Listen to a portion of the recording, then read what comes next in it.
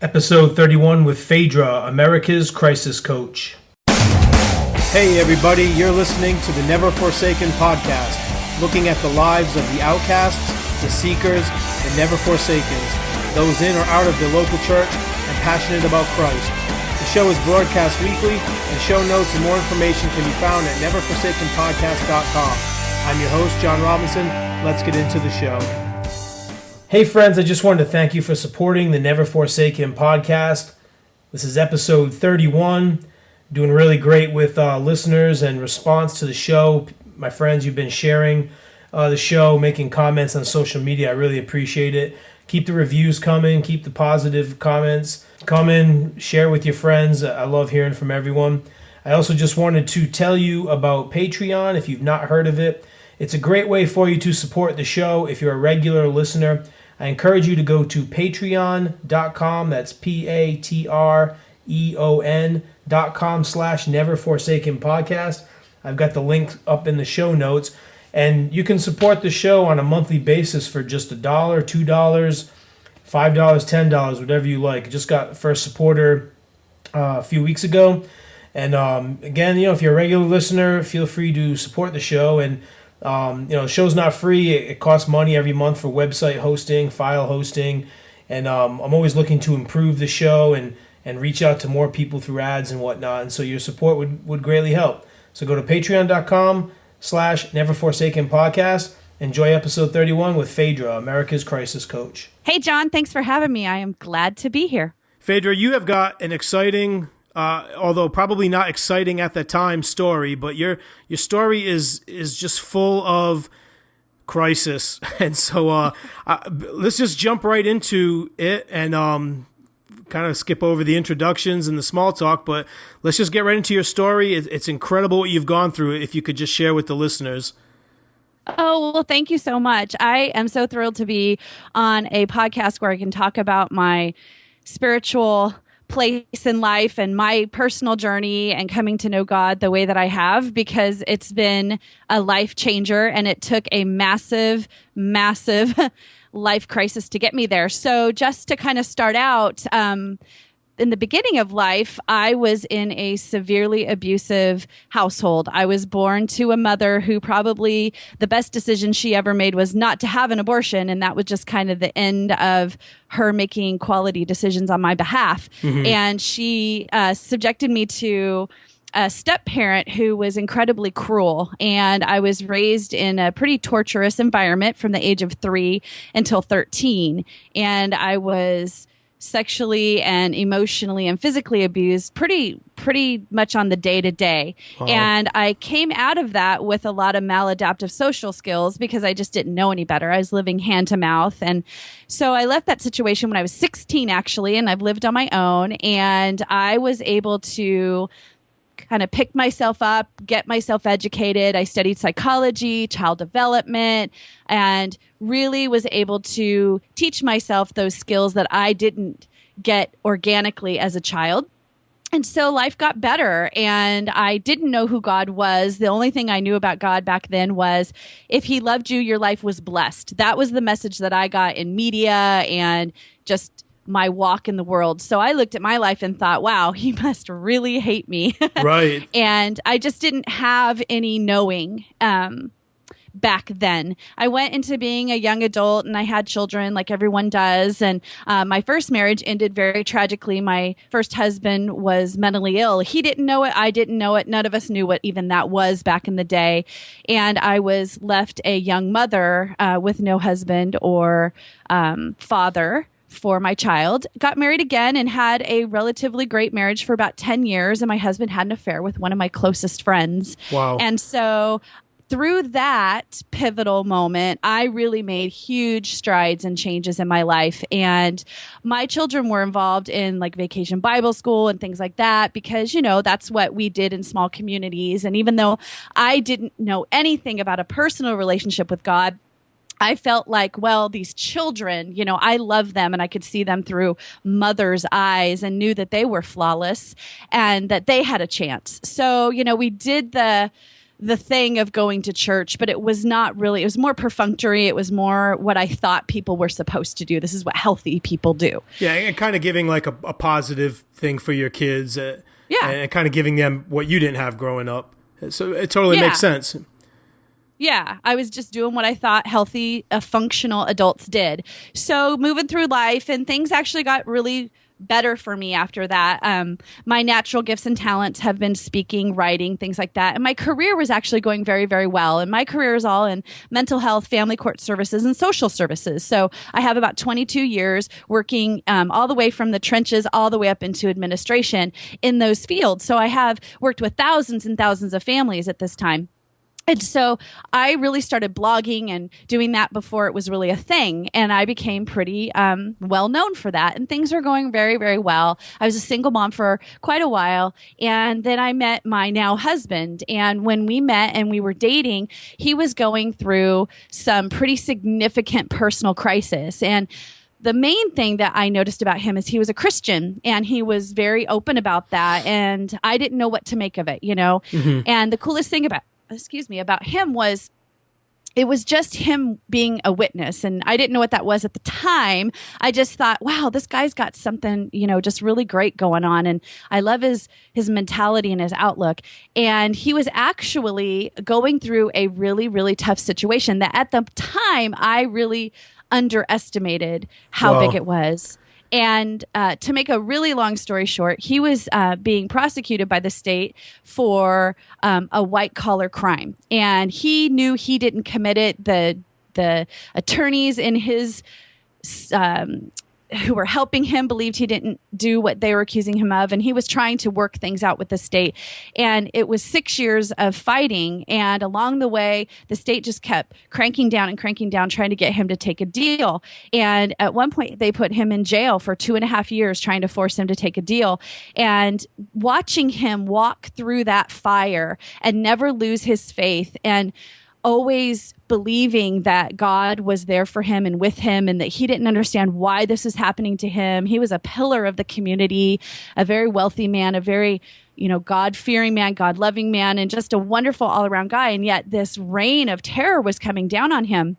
And there's a lot of political, there's a lot of political aspects to it. You know, people are saying this actually isn't that uncommon. It was an election year. There was a lot going on. And as I said, he refused to take a deal. They let him out after 2.5 years and told him to get ready for trial. And by then they had taken his home, they had taken his reputation, they had frozen all his assets, and he was left to be defended by a public defender. And it was absolutely ludicrous and crazy. And yet here I am witnessing this man of God just say, you know, I don't understand what's happening. And certainly he had very, very dark days, but he never lost his faith. And along this way, it was amazing. I became saved. My daughters became saved. He and I actually got married in this process. And we really believed that when the trial came, we were going to be released from this fire and that God was going to deliver us from it. And in actuality, God has been delivering us through it, because he went to trial for 6.5 months, and very complicated. And he was found guilty. And then it even got worse. The judge sentenced him to 43 years in prison, which is essentially the rest of his life. And I'm happy to say that our appeal has been filed after 3.5 years, and it's very, very solid. And I'm very, very hopeful. And it's been such a pleasure and an honor to be his wife, even though the collateral damage for me was high. I was blackballed by my industry. I got fired from the same courthouse that convicted him after 8 years of stellar service. I lost a ton of friends. I lost a lot of people's faith in me, because once that guilty verdict came down for them, that was pretty solid, and they didn't understand why I didn't just leave. Well, that's remarkable right there. I mean, that's just that, just the fact of you staying there through this and then some. You know, that says a lot about your faith. It is about my faith, too, because it is that 1 Corinthians, you know, for better, for worse, for richer, for poor. And trust me, I've been married a few times, so I don't have a problem ending a relationship, right? And that is, I have the benefit being what I call a later in life Christian, and a heart for what I call fence-sitting Christians, that I literally had these massive miracles and changes happen inside me that I know were God. So easy for me to say, this is real. And it makes it very easy for me to stay convicted and committed to the things that I know God wants for me, even though I'm going to be honest, it's very, very hard. Going to prisons is not easy. Seeing your loved ones suffer is not easy. Being an outcast to some extent is not easy. So it certainly comes with a price tag. Oh, exactly. And so you've got this great little tagline. It's on your website. I just want to throw this in there. It says, "Sometimes life sucks, but I've got stuff that makes it suck less." And now hearing your total story, I really can understand that. You kind of mentioned this kind of theme where, like other Christians will speak to you going throughout this, and you'll hear this message a lot of, it's kind of like, I call it like a cliche Christianity. It's this whole positive thinking, just looking at the positives, blocking out the negatives. And for me, it's a lot of cliche answers for really hard life challenges. So what separates you from, like somebody might look at you and say, look at your website, and the first thing they're thinking is, okay, she's another self-help motivational guru. And so what separates you and your message from the quick fix preachers and speakers? I think the main thing that separates me is that I have a 22-year career in doing direct service with people who have been through what equates their worst times of their lives. And when I went through my situation with Jim, I didn't know anybody who had ever been through anything at this level. And most of the people I knew said to me, "I don't know how you're going to get through this. I don't know how you're going to do this." And hearing that over and over again became very distressing, and it caused me to really suffer at a rate that I never had before. Here I had this Mac tool truck of, coping skills and ways to do life and ways to make better decisions. And yet I came to the end of the tools that I knew how to use. And so I had to dig really deep, because when your house is gone and your income is gone and your spouse is gone and everything, you've laid it at the feet of, God's feet, and yet it's getting really, really dark. I have a level of grit that I don't think other people have needed to have in their life, right? Because perhaps they haven't suffered to this extent. However, I've also now met people who have suffered way worse things than I have. I mean, my children haven't been murdered. I haven't lost, to the level that some of the people that I interview on my podcast have. Right. So what sets me apart is I've walked this walk. It's not like, oh, I had this thing happen and now I put a shingle out. I have degrees and work experience and lived this really, really deep, heinous situation. I mean, it was on the national news. It was brutal. And when you go through something of that magnitude and you realize that, yes, like literally the worst things that you can imagine can happen, and yet I'm still standing, I think it gives you a credibility that not everybody can claim. And what was your church life through all this? So like you met you met your husband and you guys got married and whatnot. Were you were church goers at that time? And because he was the Christian first, that's kind of how this all worked? Actually, interestingly enough, when we first met, he was going to church and I wasn't prepared to do that. And then he went to jail for 2.5 years. And that's when I really came to my own peace with God and accepted God and really began checking things out. So I started going to a church. And then when he came home, we were doing some of that together, but it was a really difficult time because we were living in the community and we were in the paper a lot, and it was really difficult for us to be out. So we were doing a lot of things with the internet and podcasts and our own personal studying. I moved out of that area last June. Okay. And moved to a much bigger location. And that really was a game changer for me because I was able to be somewhat anonymous and really just go to get myself fulfilled. And so I've traveled to different churches within here, and I've landed at one in particular and really, really am finding it's meeting my need, and I'm hoping to plug into them and be able to be of service. So we were doing like a hybrid combination of things. Yeah, I've done all of that in my journeys. I've been in and out of churches. I've had home church groups and self-study with no groups to identify with at certain times. So one of the areas that I talk about on the podcast, and you can relate to this too, is spiritual identity, where so many people feel like misfits and outcasts in their churches and their congregations. And so a lot of people will end up staying there and suffering in silence, or else they end up just retreating to the fringes, and maybe they end up leaving and end up with having no group to identify with at all. What would you say are some common themes that you've seen when dealing with other people who have had spiritual crisis of their own? I oftentimes see people who have been what they feel very dutiful, or quote air quotes good Christians, and then when something traumatic rocks their world, they feel condemned or punished, or perhaps the congregation is judging them. Mm-hmm. And then they all of a sudden feel like a fish out of water and they want to retreat and hide. And I don't necessarily think that that's a bad thing. I say sometimes it's good to switch things up, because I have experienced what they call shame on you, which I think is a voodoo.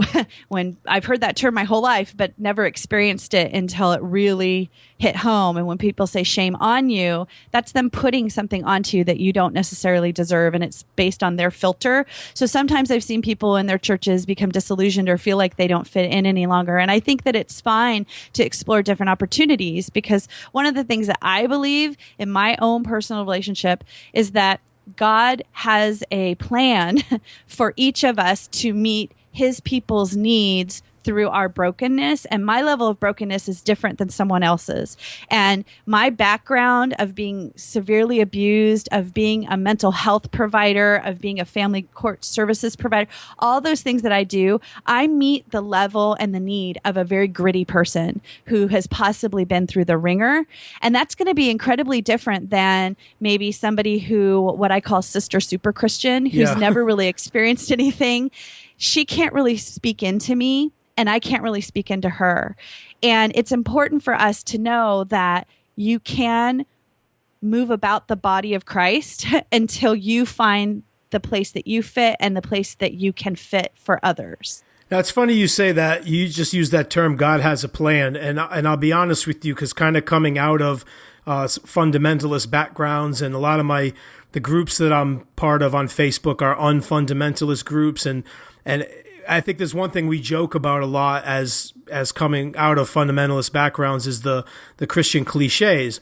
And so as soon as you said that, it almost started to trigger in me. It was like this, I interviewed Reba Riley, and she uses this term, post-traumatic church syndrome.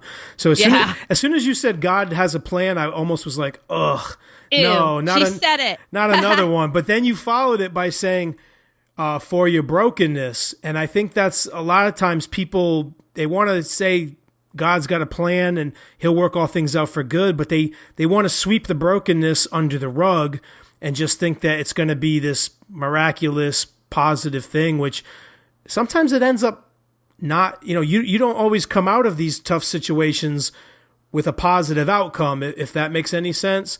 And so it makes perfect sense. Yeah, I mean, so God's got this plan for your brokenness. I like to add that cliche at the end, because a lot of times the message that we hear is like, God's going to turn it all around. And people like to look at like the book of Job. He went through all this tremendous, everything that he went through. You want to talk about a broken guy. That's a broken guy. For sure. And he's blessed at the end. And so I think sometimes though we look at that blessing as the reason for going through it. And I'm glad that you addressed the way you did, because you kind of used it more about helping other people and not about what can Faydra get out of this bad situation? Is she going to be looking for some blessing at the end? But like, I'm not hearing that from you. I'm hearing that, that you're using these crises to help other people through their crisis. Well, yeah. So a couple of things I'll tell you. I just had a gentleman who was raised a fundamentalist Christian by these very oppressive parents. And he was my most recent release on my podcast. And not every release has to do with spirituality or Christianity, but this particular one did. And he was so great at articulating how he had been indoctrinated to this belief systems where he was really judgmental and somewhat prejudiced. And his reaction was to go out and actually join the groups or be involved with the people that his parents had told him were just, cast-offs, and how it changed his life. And I was super impressed with that. And that episode's getting a lot of play. And I think it's important to see that it was great that he went out there and said, I want to find out firsthand. I might agree with my parents, I might disagree. And that was a really important thing that he did. The other thing that I want to tell you is I was speaking at a conference 2 weeks ago. It was a Christian Women in Business conference. And I sometimes feel like a fish out of water in there because a lot of those women, I'm going to be brutally honest. I feel that there are times in the Christian world where there are what I call low functioning groups. And what the groups are looking for is commisery. They're looking to cast their care and say that God's got a plan and that he's going to show up. And they're abdicating their own power within that. And that's frustrating for me because if I had just said, God's got this, and I didn't walk any of the walk that he expected me to walk, I probably would have been completely bankrupt and virtually homeless. And my podcast is really my way of being the change. And that is so cliche. And I hate saying it, but it really is true because when I needed it, I didn't know anybody who had gone through what I had gone through. I knew that there were people out there, but I didn't have access to them. And the people that I knew of were like Alicia Florrick in the very first season of The Good Wife. And she is a fictional character. So I didn't have anybody to talk to and say, this is how we do this. I know it sucks, but this is what will make it suck less. There was none of that for me. There were just people saying, I don't know what you're going to do. I don't know how you're doing this. Oh my gosh, what are you going to do? And that was so painful and so discouraging. So it took me 1.5 years to climb up out of that pit because I felt so ashamed.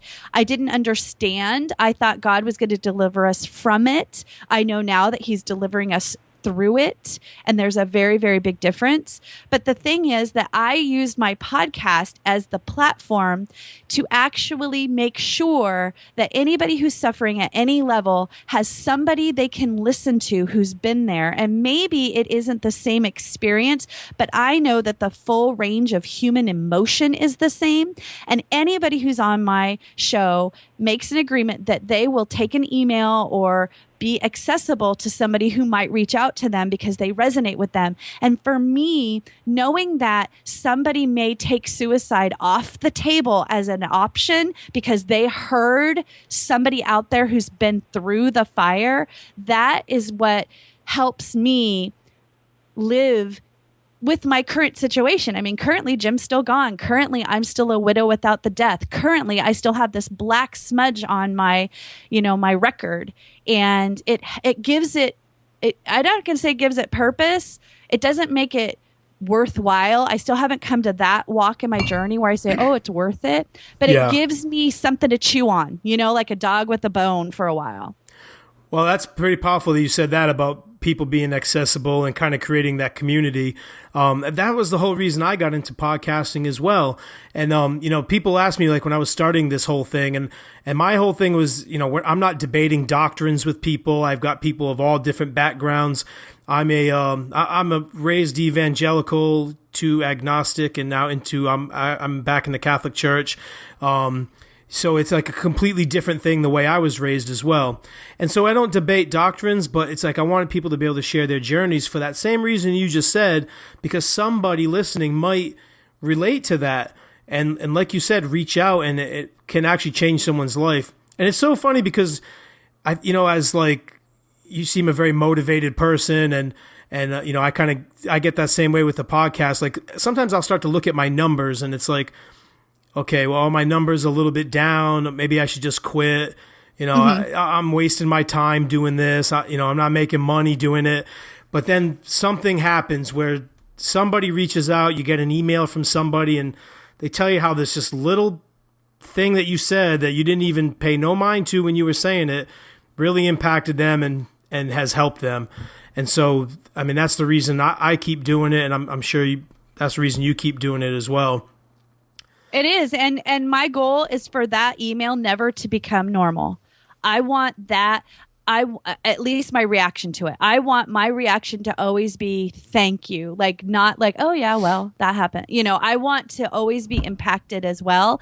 And I grow when I hear people talking about their journey. It's not just one way, like I'm giving people a platform or I'm giving the listener an opportunity. I feel more fulfilled. I feel more part of a tribe where I felt so alone and so misunderstood and so undervalued and so picked on. And every conversation I have, every new person I meet, even connecting with you and listening to your past episodes, I'm like, wow, these are my people.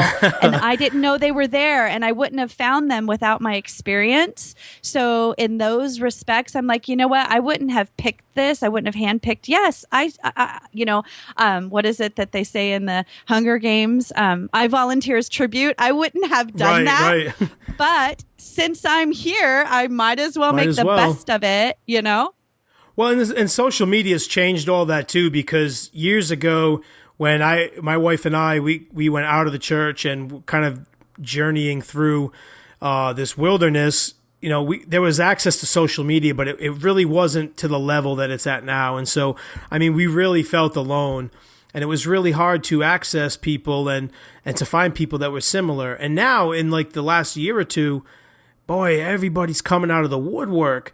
And, people that have been going through these spiritual crises, through these identity crisis. And sometimes I think social media is partly to blame for our identity crisis. I don't know if we have a false expectation of who we're supposed to be, and we're supposed to maybe put this image on social media, and maybe that's part of our problem. So I wanted to ask you quickly about that then, about identity crisis. Do you think that that's a factor with people? Do you think that social media has an impact on people not knowing who they are anymore? Or do you think that it actually is helping people to find who they are? I think it is a duality. I think that there are people who are not spiritually or intellectually or emotionally mature, who are easily influenced by what they see. And I think that there are people who really know who they are and are confident and have their feet are firmly planted on the ground, and they know that it has to be better, and they will seek out opportunities. I know for myself, it was really difficult for me to find colleagues. I could find lots of people who wanted to commiserate and people who wanted to kind of suck me dry as far as my skill sets and what I could offer them. But I was finding a hard time finding reciprocating relationships. And for me, social media has created that opportunity, and that, makes a huge, valuable difference in my own life, because if you can't relate, parallel with somebody, it's incredibly painful. And it sounds like that's what's happened for you and your wife as you have moved through this process. But I think social media has a really scary element right now. We can really, really annihilate people. And one of the things that I have done with my fan page and with my presence in pop culture, I've been very fortunate. I didn't call myself America's Crisis Coach. That's something that was given to me. But it's been very valuable as far as Huffington Post or opportunities to be on television, write books and things like that. And I have noticed that I take the counterpoint. So I have a level of humility that I didn't realize I was capable of. And when people are ostracized or the fingers are pointing at people, I tend to look at the bigger picture. I look at what I call the 1 degree, the parents that are attached to that person, the children, the wife, the husband, what have you. And I look at it with a bit more compassion. And what scares me about social media is somebody can slip up, especially a young adult who does something stupid, and they can be annihilated and lose their jobs and be completely brought to the brinks of suicide very quickly in social media. And I think that that's very, very dangerous.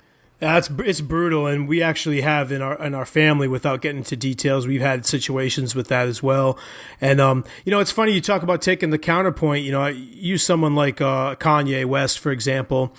Huge social media presence, obviously. Everyone knows who he is, and now he's going through a crisis. He's talking about being 53 million in debt or whatever. And here you see people not so much coming to defend him, but rather using social media as a place to stand and be like, ha ha ha, what a sucker, what a fool. It's all because he's with Kardashians or whatever people want to say. And am I a huge fan of his? No, I'm not. But part of me, and this is where I've changed over the years, but part of me can identify with him and say, wow, that must be really tough to go through that. And hopefully somebody can walk him through the steps to, and I'm not saying somebody needs to write him a check for 53 million, but no, I know what you're saying. Somebody needs to be able to identify with him and walk him through the steps to not have a meltdown.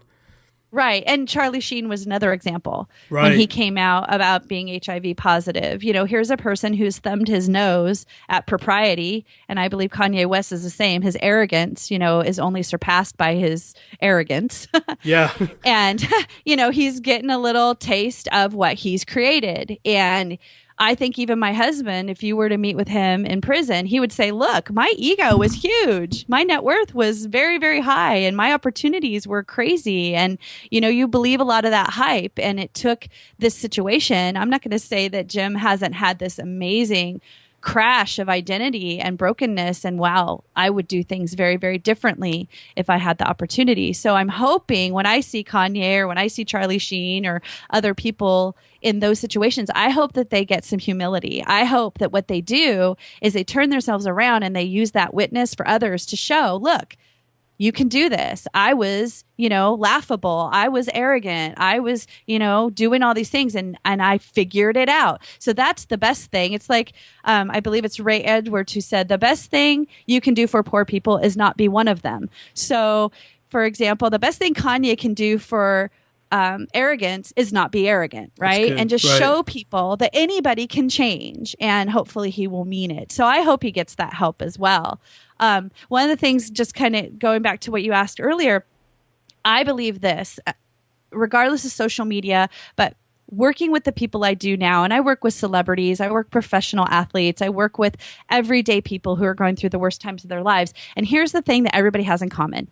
Everybody's hiding something, and everybody's afraid of being found out. And what I know, is that if you address that thing and you take away its power, your life will change. Whether it's a God thing, whether it's not, whether you're agnostic, whether you're atheist, if you stop hiding and you just deal with it, your life will change for the better. Yeah, that's so true. I mean, we hide behind these masks, and especially in the religious community, people end up, I think, becoming hypocrites. And if you look at the meaning of that word hypocrite, it means it's kind of the same word for an actor, one who puts on a mask. And so, we tend to put on a mask, and I think that has a lot to do with our identity crisis that we have. People, I think, all of us need to come clean, take the mask off, realize that we're all hurting in some way, and kind of perhaps find some help for our messiness, if that makes any sense. No, it's true. If you could leave us with like, what's a final, you talked about humility, you talked about being open. Any other tips, Faydra, that you can speak, that somebody listening, somebody's maybe going through a crisis and is afraid to reach out? Is there anything else you could share with a listener that would help them in their crisis today? Absolutely. I would tell them that, in my opinion, that there are two things that people need in order to actually move through the crisis. And that is grace and validation. And grace is the inward forgiveness, the inward acceptance of this is what it is, and feeling those full range of human emotions, not stuffing them. So cry until you can't cry anymore, laugh until you can't laugh anymore, be angry, whatever your emotions that are attached to your situation, own them and feel them and give yourself that grace. And validation is the outward pat on the head or the being heard. And what I know from working with thousands of people in my lifetime is that people who stay stuck, they stay stuck because they haven't felt heard, which is partly on them if they haven't articulated clearly enough, and part on others for not actually being a mirror and absorbing the information and giving it back to them. And what I know, is when we finally feel heard, we're ready to move forward. And when we move forward is when we get to make all of the change. And if you can do those two things, you really, really will be able to put anything behind you. That's pure wisdom right there, Faydra. I don't think anyone could have said it any better. So how can people get in touch with you? How can they follow you, podcasts, your blogs, all of that? Thank you. Well, my podcast is called Coming Out of the Fire, and there's 2 episodes a week, Mondays and Wednesdays. I would love it if you would subscribe. These are people who've been through the unimaginable and fought back. So these are people who've been through, I've had people who've had family members murdered, people in plane crashes, someone who was born in a cult. I mean, the caliber of people coming and being a guest is just phenomenal.